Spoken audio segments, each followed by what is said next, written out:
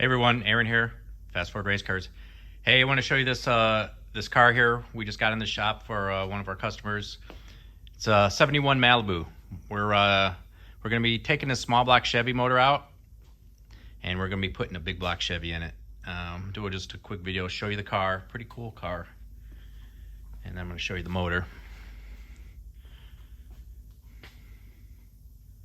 So 71 Malibu, and then here's the engine.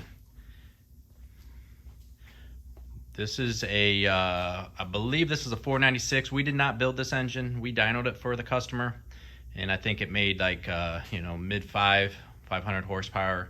Had a smaller cam so we can run the vacuum brakes, and I think it made around 600 foot-pounds of torque.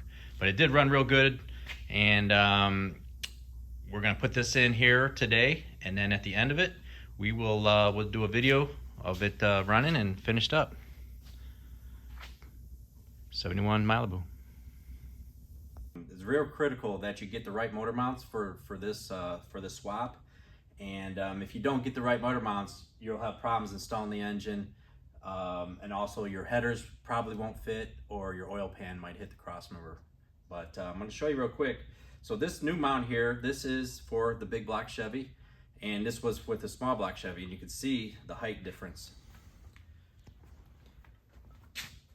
So that's very important that you get the right mount. And I'm going to give you actually the part numbers for these mounts. Also too, when you change the chassis mount here, you also got to change the mount that's on the engine. And we're going with these solid Moroso mounts. And the combination of this mount on the engine and the mount on the chassis is going to give you the correct height of the engine, which is going to allow, again, for your oil pan and your header clearance. Otherwise, you're going to be fighting it. And we've done this a few times, and every time we've done it, we've had to change these to get the motor in the right placement. But real quick, so if you're going to use the Moroso engine mount, you're going to need part number 62510 for the engine. And for the chassis, you will need W-995. Now this is the Classic Industries brand for the chassis mount, but also too the AMD brand is also the same part number. So you can just use that part number, and Summit Jegs sells that. So that's it for the motor mount deal. I'll also write the part numbers in the description, and then we'll do another video after we get the engine installed. Check it out, man. This thing turned out real sweet. We had a couple issues when we were putting it in. Simple things, but something that you guys need to look out for if you're going to do this type of stuff yourself. But when we put the motor in, the customer had oil pan that was a knockoff of a Moroso. It looked just like it, but what the problem was, the angles of the oil pan in the front were the wrong angles, and they were hitting the cross member. So we got the motor in, we found out it was hitting that.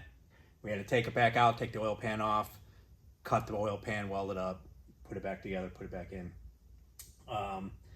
So a lot of guys would think maybe it's the motor mounts, but it's not the motor mounts. So just be aware if you're buying China parts that they may look like the part, but definitely dimensionally won't be the part. Okay, one other thing that I wanted to mention too about this this project that we did, and with these older cars, you run into things like this.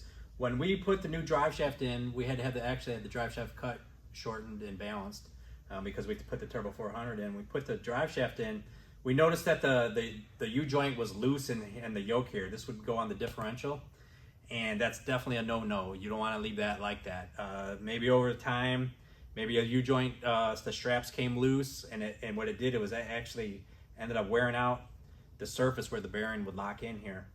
So when we're doing that, we noticed that, and then we called the customer and told him, hey man, we really suggest replacing this. So we ended up replacing this this yoke, which is a real, it was a pretty easy deal.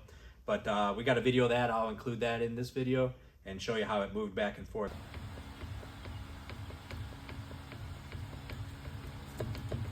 So if you guys are doing this type of work, check that out, because you don't want to be spitting out a drive shaft, especially when you got a big block with this kind of torque. Another thing you're going to need to do if you're putting a big block in and it had a small block, you need to change your radiator and the shroud. And you need to get a big block shroud. They sell them online. You can get them from Summit, Jegs, a few other companies has them. And then you want to put yourself an 18-inch fan on there. So we ended up doing that. We put a Turbo 400 in it. We did new trans lines. We also did new exhaust, which I'll post a picture of it in this video. Another thing we did was we welded the brackets for bucket seats. We put bucket seats in this car, and the customer's going to have the seats reupholstered, so we only have the driver's seat in there right now. But we did that, and also did a floor shifter as well on it.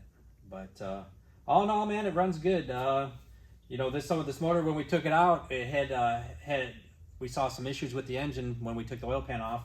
We ended up taking the motor apart and rebuilding it for the customer, and put it back together, and now she runs like a champ. So so this is it, man. This is the final product. Turned out real good. Nice clean install, and we gave you the part numbers for the motor mounts. He ended up having hooker headers too. That was another thing. These were off the shelf hooker headers, and we ended up cutting the flange off and putting V-band clamps on there, and that's how we like to do it here.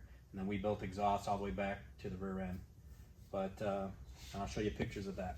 But that's it for this one. Big block Chevy install. Another Chevelle that we did. We've done a few of these. So that's it for this one. Appreciate you guys watching. Stay tuned for the next one.